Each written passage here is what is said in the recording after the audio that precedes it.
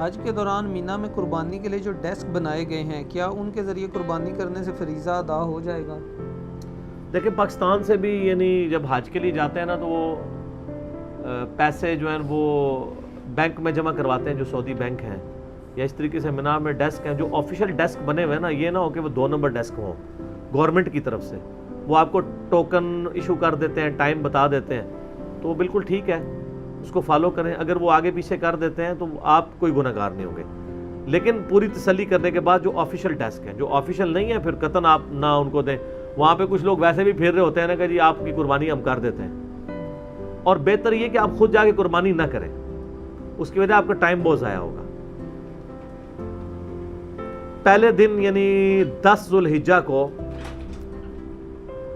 عید والے دن، حاجیوں نے تو عید نہیں پڑھنی ہوتی، عید ان کو معاف ہے، تو پہلے دن کنکریاں جو ہیں صبح سویرے سورج روشن ہونے کے بعد آپ نے مارنی ہوتی ہیں۔ تو جب آپ کنکریاں مارتے ہیں اور اس دن صرف ایک جمرے کو، جو سب سے بڑے والا شیطان جسے کہتے ہیں، اس کو مارنی ہوتی ہے، اور وہ سب سے آخر میں ہوتا ہے۔ پہلے 2 کو انہوں نے ویسے ہی جو ہے نا لاک کیا ہوتا ہے، جو مکے والی سائڈ پہ ہے سب سے آخر، اور مناز سے دوسری والی سائڈ پہ۔ تو کنکریاں مارنے کے بعد سنت تو یہ ہے جو بخاری مسلم میں ہے کہ آپ نے پہلے کنکریاں مارنی ہے، اس کے بعد آپ نے قربانی کرنی ہے، اور اس کے بعد آپ نے سر کے بال منڈا کے عام کپڑے پہن کے تو طواف افاضہ کرنا ہے،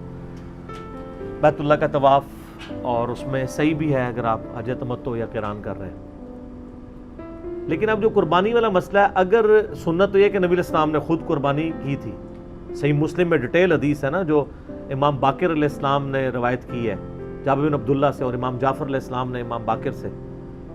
اس میں تو ہے کہ نبی علیہ السلام نے 100 اونٹ یمن سے مولا علی سے منگوائے تھے، 63 اونٹ اپنے مبارک ہاتھوں سے نہر کیے کیونکہ آپ کی عمر مبارک 63 سال تھی، اور بقیہ کے 37 مولا علی نے کیے تھے۔ پھر اینڈ پہ صحیح مسلم کے الفاظ ہیں کہ ہر اونٹ میں سے ایک ایک گوشت کا ٹکڑا لے کے ایک جگہ دیگ پکائی گئی، اور مولا علی نے اور نبی علیہ السلام نے بیٹھ کے کھانا کھایا۔ یہ پوری ڈیٹیل حدیث صحیح مسلم میں ہے، مشکات میں آپ کو حج والے چیپٹر میں پہلی حدیث یہی مل جائے گی۔ صحیح مسلم میں 2950 نمبر، 2950 2950 نمبر حدیث ہے انٹرنیشنل نمبر کے مطابق کتاب الحج میں، تو اس میں بھی یعنی یہ ترتیب والا معاملہ یہی چل رہا ہے۔ لیکن اب اگر آپ خود قربانی کے لیے جائیں، جس طرح نبی علیہ السلام گئے تھے، تو جمرات سے قربان گاہ اتنی دور ہے کہ جن لوگوں نے یہ شوق پورا کرنے کی کوشش کی ہے ان کو تو عشاء ہو جاتی ہے وہیں پہ،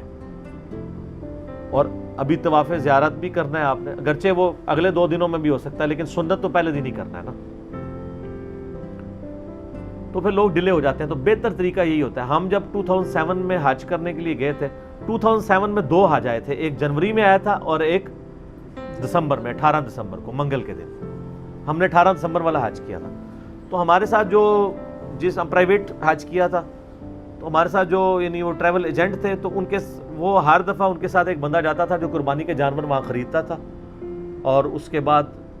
وہ آفر دیتا تھا کہ آپ نے مجھ سے کروانی ہے، مجھ سے کروائیں، بینک سے کروانی ہے، بینک سے، تو لوگ کروا لیتے تھے، اپنا سیل نمبر دے دیتا تھا۔ ہم نے جیسے ہی کنکریاں ماری، میں نے اور میری وائف نے،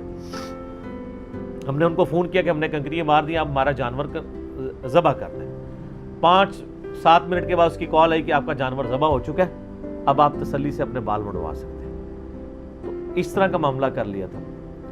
باقی ڈیسک جو آفیشیل بنے ہیں ان کے تھرو ہو جائے، پھر آپ نے وہم میں نہیں پڑھنا کہ انہوں نے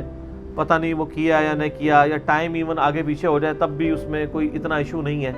حنفی تھوڑے سے اس معاملے میں سختی کرتے ہیں، ٹائم کے ایشو کے اوپر ترتیب کو واجب قرار دیتے ہیں۔ باقی ائمہ کے نزدیک بخاری مسلم میں ایک حدیث بھی ہے، نبی صلی اللہ علیہ وآلہ وسلم نے فرمایا کہ حج والے دن ہی آپ کو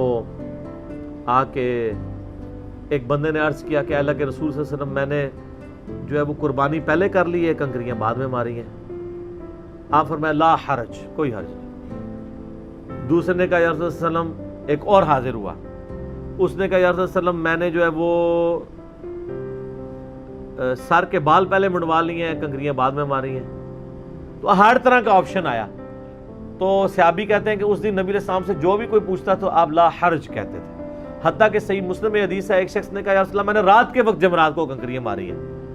جو آج کل حنفیوں نے بڑا فتنہ کھڑا کیا ہوا ہے، کیونکہ علماء عرب نے فتویٰ دیا ہے نا کہ دن کی وجہ سے بڑا رش ہوتا ہے، سنت تو دن کو مارنا ہے، لیکن انہوں نے فتویٰ دے دیا کہ آپ رات کو بھی آ کے کنکریاں مار سکتے ہیں۔ وہ کہتے ہیں نہیں، انہوں نے دم واجب کروا رہے ہیں لوگوں کے اوپر، حالانکہ مسلم شریف میں حدیث ہے کہ ایک شخص نے کہا میں نے رات کو کنکریاں فرمائی، آپ فرمایا لا حرج، نبی پہ واجب ہوتا ہے کہ وہ یہ روکے ٹوکے، لا حرج کا مطلب کوئی نہیں، ورنہ آپ کہتے ہیں کہ تو نے غلطی سے کیا، آندہ نہ کری، یہ نہیں آپ نے الفاظ استعمال کیے۔ تو میں یعنی امام شافعی، امام بن حنبل، امام مالک کے موقف کو صحیح سمجھتا ہوں کہ ترتیب اگر آگے پیچھے ہو جائے، پہلے میرے اس موقف میں تھوڑی سختی تھی، پر اب میرا موقف یہی ہے، ترتیب بھی آگے پیچھے ہو جائے، وہ سارے کام آپ کر لیں، ترتیب ہٹ کے بھی کر لیں، تب بھی آپ کے اوپر نہ کوئی دم واجب ہوگا، بلکہ آپ کا حج بھی بالکل صحیح ہوگا۔ اور ترتیب ویسے یہی ہے کہ پہلے آپ نے جمرات کو کنکریاں مارنی ہے، اس کے بعد قربانی کرنی ہے، اس کے بعد بال منڈوانے ہیں، اس کے بعد عام کپڑے پہن کے طواف کرنا ہے، طواف کے بعد آپ نے صحیح کرنی ہے، کوشش کریں 10 کو ہی کر لیں، 10 کو نہیں کر سکتے تو آپ 11 کو بھی کر سکتے ہیں، 12 کی مغرب سے پہلے پہلے یہ صحیح والا معاملہ آپ کر سکتے ہیں، ٹھیک ہو؟ تو اگر آپ 12 سے بھی رہ گئے پھر تو آپ پہ دم واجب